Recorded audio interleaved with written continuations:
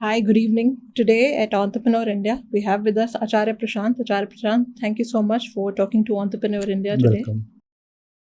So, if you take us back to the time when the entire journey began, are there any memories you have from your childhood when you started thinking about philosophical teachings or towards spirituality? There isn't any one particular memorable or epiphanic incident, but it was happening almost all the time. So I was looking at the world around, how people are on the streets, in the houses, in the school, on the playground, and a lot of things would strike me as odd. So observing and processing were going on all the time. I was looking at the world and seeing suffering, discord, disharmony, fakeness. And as a kid, all that was getting registered and questioned, probably even disliked. So there was an urge to change the shape of things as they currently are. That's how it is. I don't remember any one particular incident, though if pressed, I can probably pull out something, but that won't be particularly significant. Sure. So, how you were as a child? Were you more into reading books of others? Yes, I was reading a lot, but I was also playing, I was also very mischievous. So you asked for incident. Yeah, there is a series of incidents which we can together call as one incident, which is that I was the class monitor and also the club head. They were called houses. So we had yellow house, red house, green and blue. So I was leading the yellow house. So both these are positions of responsibility and gravity. You are the class monitor and also the house leader. Mm-hmm.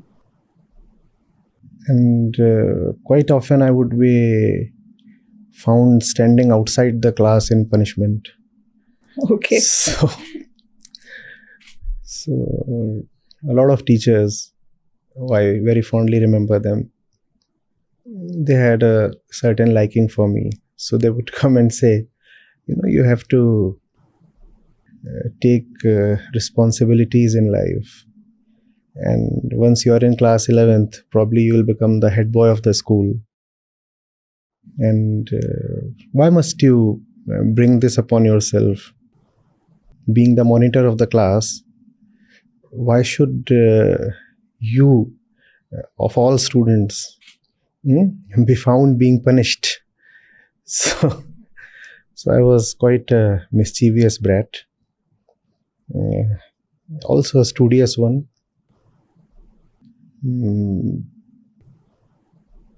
I like to go deep into whatever I was doing.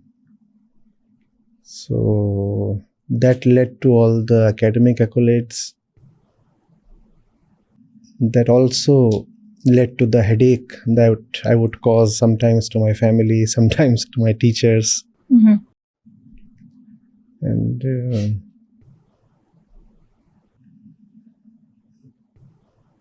when it comes to reading, the reading wasn't confined to any one particular genre. So I was hungry and I just sucked in whatever came my way. From little comic strips meant for class 2 students to somebody's PhD thesis, even if I couldn't make much of it. But if I would find a copy of something, anything, for sure I would pick it up and try to grasp what's going on. And that made me branch erratically in all directions, with no particular plan or pattern. An organic kind of very natural growth. I was reading upon all things possible. And when we would visit a bookstore,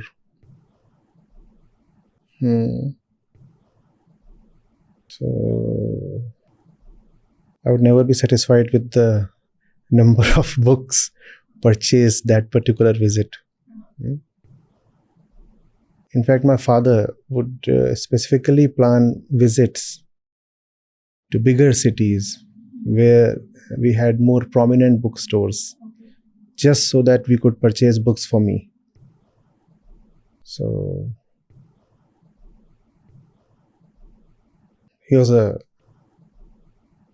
officer in government service. So sometimes he would be posted in places that were not quite big and established. So to get well-stocked bookstores, we needed to travel, and we did. So that was a bit remarkable, to travel just so that you can visit a bookstore. That was happening once every few months. And essays, poems, history, science. Father himself was quite a well-read person. So he would bring me quite an assorted set from all possible directions. So the entire stock that we had was very eclectic.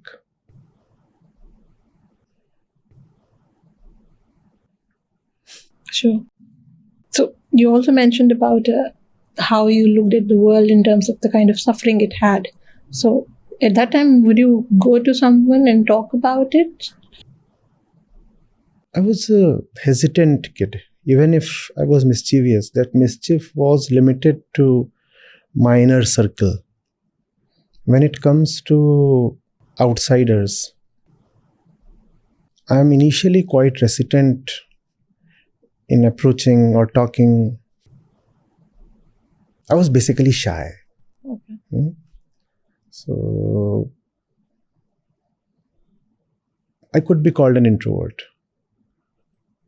So when I would find suffering in its various shades, all kinds of colors and dimensions, I would watch. So, for example, an overcrowded train. It would engross me. The display of poverty and famished bodies, people who were obviously not even eating well.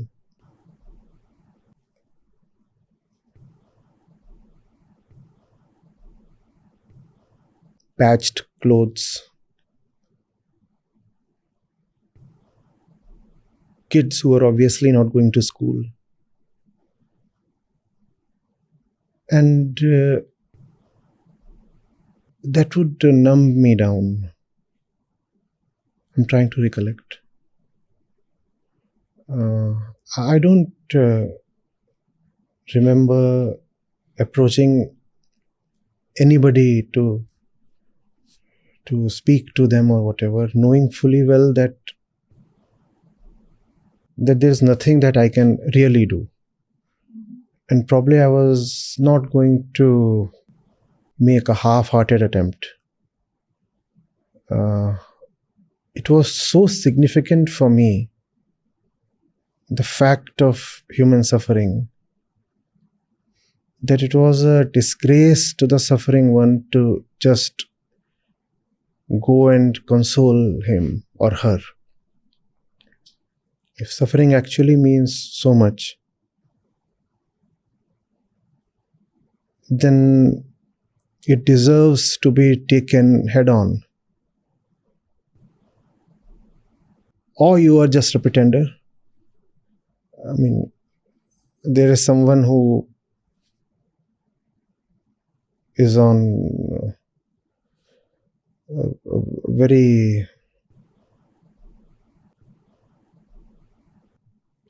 nominal kind of diet, needs clothes, needs a different life altogether. And it was not possible for me to go and say, oh, never mind, God will take care of you, or keep trying, one day things will turn for better.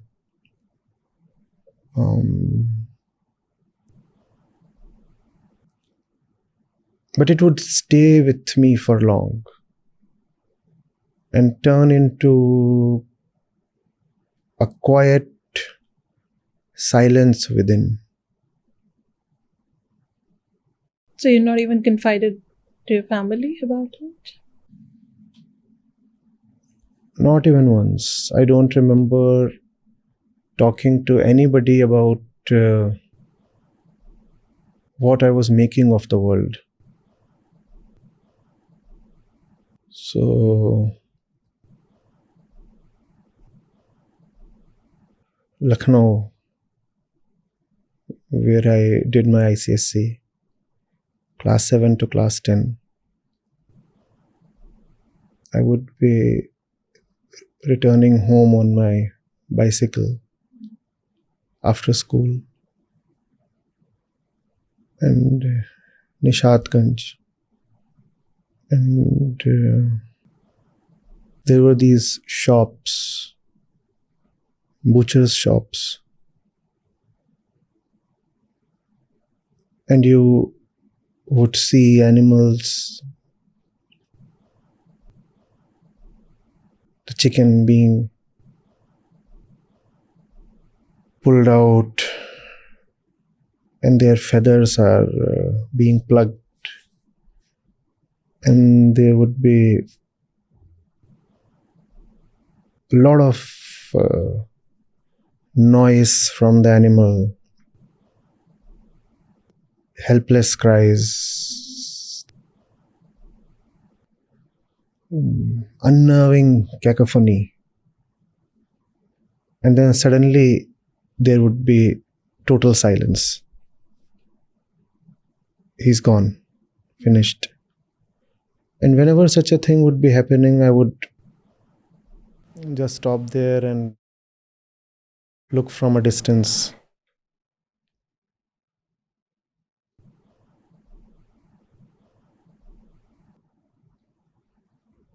And entire bodies hung at the shops. So I would take that in and move on. Probably I wrote off that once or twice in the essays Okay. we were asked to write. You would vent it out in the form of writing. I was not venting it out. It was becoming me. It was not something alien that you could vent out. You went out stuff that you cannot digest or assimilate. It kept on going into me and became my bone and my blood.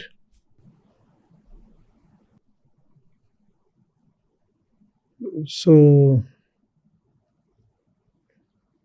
and it wasn't dramatic at all. Having watched all that, I could come to my home, take my lunch, do my homework, and even play a video game. It's not that it was like a huge blow on my consciousness. I was just observing. It was a continuous backdrop of melancholy with no unusual spikes to demonstrate to anybody or to register within myself. Mhm.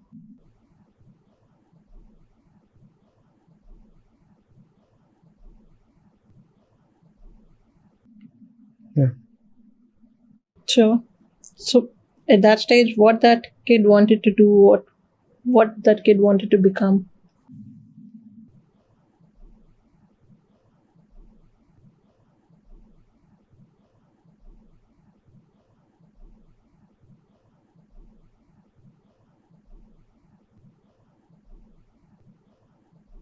There was no immediate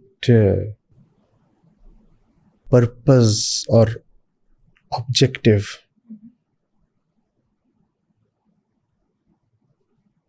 I was just seeing the way things were. And maybe that seeing was doing something to me within.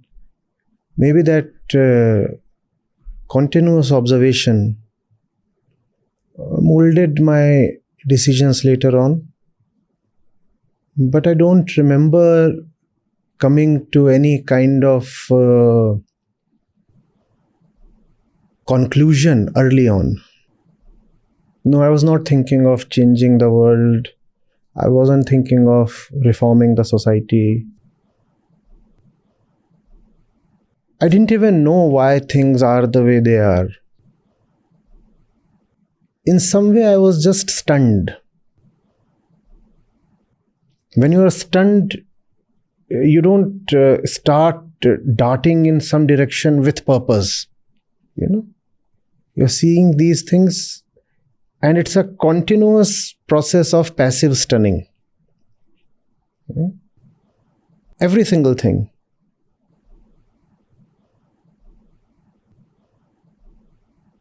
So, when it comes to career aspirations, because I had exposure to bureaucrats in my family, so that was a default choice. If you're an IAS, you can do something good. In fact, I wasn't very inclined towards engineering. I went to IIT because the stats told me that most of the top ranks in UPSC are obtained by IITians. Last 5 or 10 years, when I would look at the background of the toppers, would find a lot of IITians there. So that way engineering became a choice.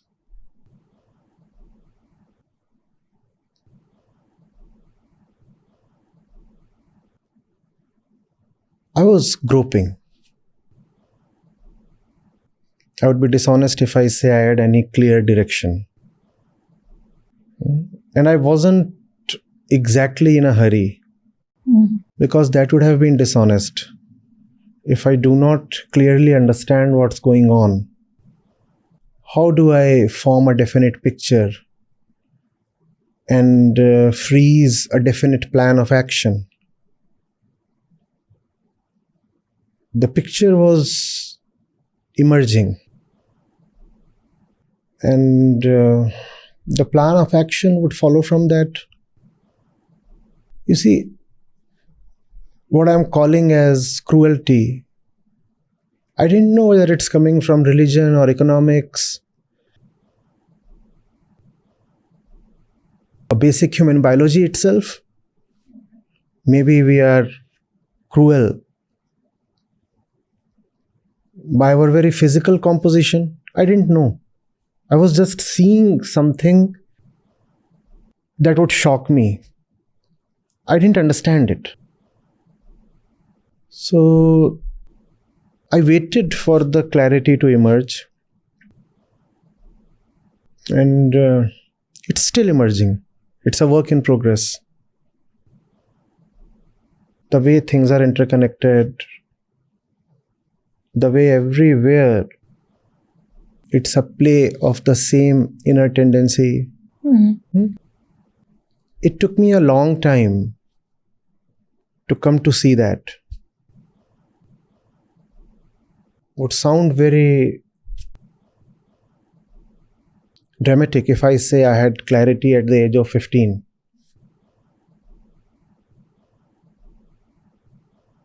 That child prodigy stuff, that wasn't the case. But I was doing what I could.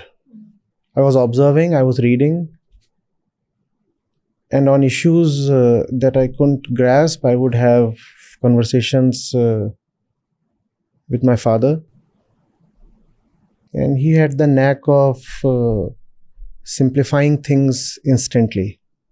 Mhm. So I could go to him with a problem, the narration of which would last, let's say, 10 minutes. And his response would be like 20 seconds, 40 seconds, a minute at max, and everything would stand resolved. So that's something that I still appreciate. Very simple understanding of things that appear complex. That understanding itself becomes a solution. So that's the way it has been. It has one thing I think I can give myself some credit for. I didn't try to sweep things under the carpet. If I have seen something, I have seen it. I didn't try to pretend that I understand when I didn't. I didn't try to trivialize something just because I couldn't wrap my head around it.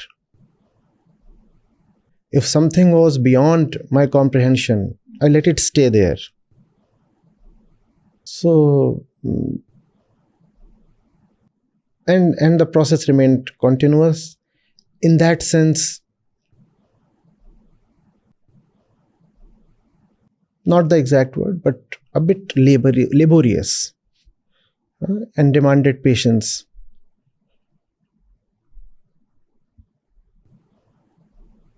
I don't know whether all this is making any sense, but that's the way it has been.